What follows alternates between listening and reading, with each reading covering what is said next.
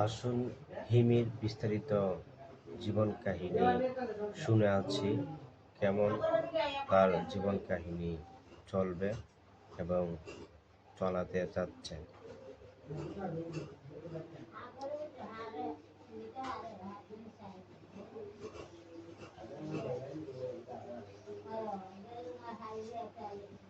একটা তুলি, কাজলটা ঠিক আছে দে।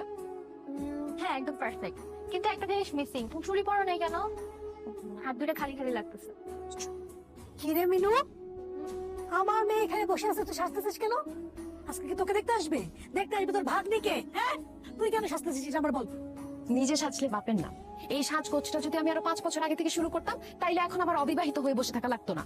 আমার কি কথা ছিল তোমাদের এই সংসারে থাকার? আমার এখন নিজের সংসার থাকতো, 4-5টা বাচ্চা কাচ্চা থাকতো, তা না আমি এখন এখানে পড়ে আছি। তোর বিয়ে তো তোর জন্যই হয় নাই, কম পাত্র তো তুই বাঁচিস নাই। তুই প্রত্যেকটা ছেলের খুদ বের করতি না। বিসিএস ক্যাডার থেকে শুরু করে বড় বড় ব্যবসায়ী কে তোকে দেখতে আসে নাই? তুই কি করতি? সবাইকে রিজেক্ট করতি। এ বেশি ফর্সা, এ খাটো, এ কালো, এ বেশি লম্বা, প্রত্যেকটা ছেলেদের খুদ বের করতি না। খালি দোষ আর দোষ, দোষ আর মানতেছি আমি তখন একটু বাছাবাছি করছি, কিন্তু তোমরা এগুলো অ্যালাউ করছো কেন? তোমরা জোর করে হাত পা বেঁধে আমার বিয়ে দিয়ে দিতে পারতা না? যাই হোক, যা হয়ে গেছে হয়ে গেছে। এখন তোমরা আমাকে একটা বিয়ে করায় দাও। আর হয় আল্লাহ। মিনু, তুই কিন্তু বেহানি লোক হয়ে গেছিস। এভাবে কেউ বিয়ের কথা বলে? তো কিভাবে বলবো? তোমরা তো আমার কোনো বিয়ে দিতে পারতেছো না। এদিকে তুই পিচ্ছি একটা মেয়ে, ওর বিয়ে ঠিক করে ফেলতেছো, আমার কোনো বিয়ে হচ্ছে না। এই শোন, আমি চাই না আমার মেয়ের চোখ ফুটলে তোর মতো এরকম রিজেক্ট করা শিখুক। মাশাআল্লাহ, একদম চাঁদের মতো সুন্দর। Thank you. আপনি তো খুশি হন? আপনাকে বলি,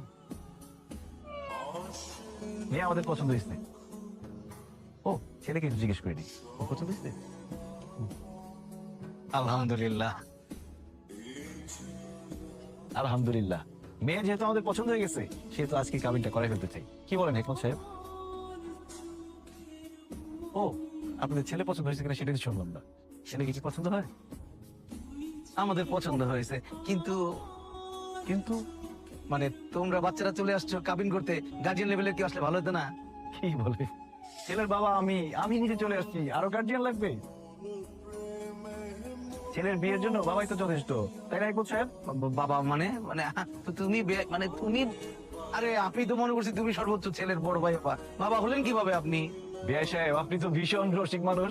বাবা হলাম কিভাবে এটা এখন সবার সামনে বলতে হবে? ছোট ছোট ছেলে মেয়েরা আছে, এদের সামনে কিভাবে বলি?